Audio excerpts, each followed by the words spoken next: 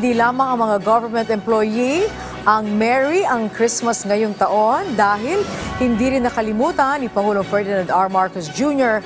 ang mga job order at contract of service employees ng gobyerno. Si Kenneth Pasyente sa sentro ng balita. Mas mataas na gratuity pay. Yan ang pamasko ng pamahalaan para sa mga contract of service at job order employee ng mga ahensya ng gobyerno.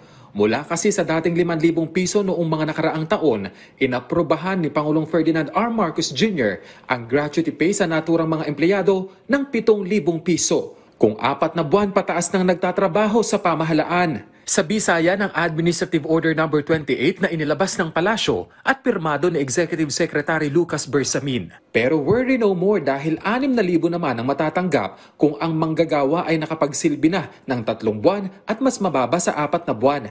5,000 naman ang kanilang matatanggap kung 2 buwan ngunit mas mababa sa 3 buwan na silang nagtatrabaho sa gobyerno. Habang 4,000 naman para sa mga empleyadong mas mababa sa 2 buwan ng employment.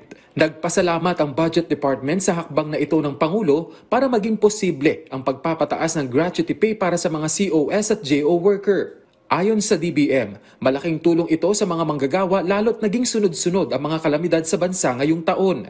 Kasabay ang pagtiyak na hindi pababayaan ng pamahalaan ng mga COS at JO employee, lalo't malaki rin ang kanilang ambag sa trabaho ng pamahalaan. Hindi rin nila hahayaan ng gobyerno na walang matatanggap ang mga COS at JO personnel ngayong holiday season. Saklaw ng kautosang ito ang mga COS at JO employee ng mga National Government Agency, State Universities and Colleges, Government-Owned or Controlled Corporations o GOCCs at Local Water Districts. Ang pagbabayad ng gratuity pay sa mga kwalipikadong manggagawang COS at JO sa gobyerno para sa fiscal year 2024 ay gagawin ng hindi mas maaga sa December 15. Kenneth Pasyente para sa Pambansang TV sa Bagong Pilipinas.